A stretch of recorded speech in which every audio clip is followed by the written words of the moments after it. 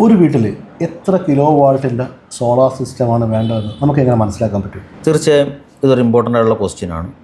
ഒരു വീട്ടിൽ സോളാർ പ്ലാന്റിൻ്റെ കപ്പാസിറ്റി നമ്മൾ ഡിഫൈൻ ചെയ്യുമ്പോൾ നമ്മൾ അവിടുത്തെ കഴിഞ്ഞ 6 മാസത്തെ ഇലക്ട്രിസിറ്റി കൺസപ്ഷൻ ഡേറ്റാസ് കളക്ട് ചെയ്തിരിക്കണം. എന്നുവെച്ചാൽ ഇലക്ട്രിസിറ്റി ബില്ല് 6 മാസത്തെ ഇലക്ട്രിസിറ്റി കൺസപ്ഷൻ്റെ ആവറേജ് യൂണിറ്റ് വെച്ചായിരിക്കും നമ്മളൊരു സോളാർ പ്ലാന്റ് ഡിസൈൻ ചെയ്യുന്നത്. ഫോർ എക്സാമ്പിൾ, ഒരു കസ്റ്റമറിൻ്റെ ഒരു 6 മാസത്തെ ഇലക്ട്രിസിറ്റി ബില്ല് നമ്മൾ കളക്ട് ചെയ്തപ്പോൾ പുള്ളി അറൗണ്ട് ഒരു 300 യൂണിറ്റാണ് ആവറേജ് മന്ത്ലി കൺസപ്ഷൻ എന്നുണ്ടെങ്കിൽ ഒരു മാസത്തെ കൺസപ്ഷന് നമ്മൾ 30 കൊണ്ട് ഡിവൈഡ് ചെയ്ത് ഒരു ദിവസത്തെ കൺസപ്ഷനിലെത്തും. അപ്പോൾ ഒരു ദിവസത്തെ കൺസപ്ഷൻ നമുക്ക് കിട്ടും അറൗണ്ട് 10 യൂണിറ്റ്. 300 ഡിവൈഡ് ബൈ 30 ഒരു 10 യൂണിറ്റ്. അപ്പോൾ ആക്ച്വലി സോളാറിൻ്റെ കാൽക്കുലേഷൻ ഒരു തമ്പ് റൂളുണ്ട്. നമുക്ക് കണ്ടിന്യൂസ് സൺ കിട്ടുന്ന സണ്ണി ഡേയ്സ് എന്ന് പറയുന്നത് ഒരു 4 അവേഴ്സാണ്. ഒരു ദിവസം നമുക്ക് ഫുൾ കണ്ടിന്യൂസ് സൺ കിട്ടുന്ന ഒരു 4 മണിക്കൂറാണ്.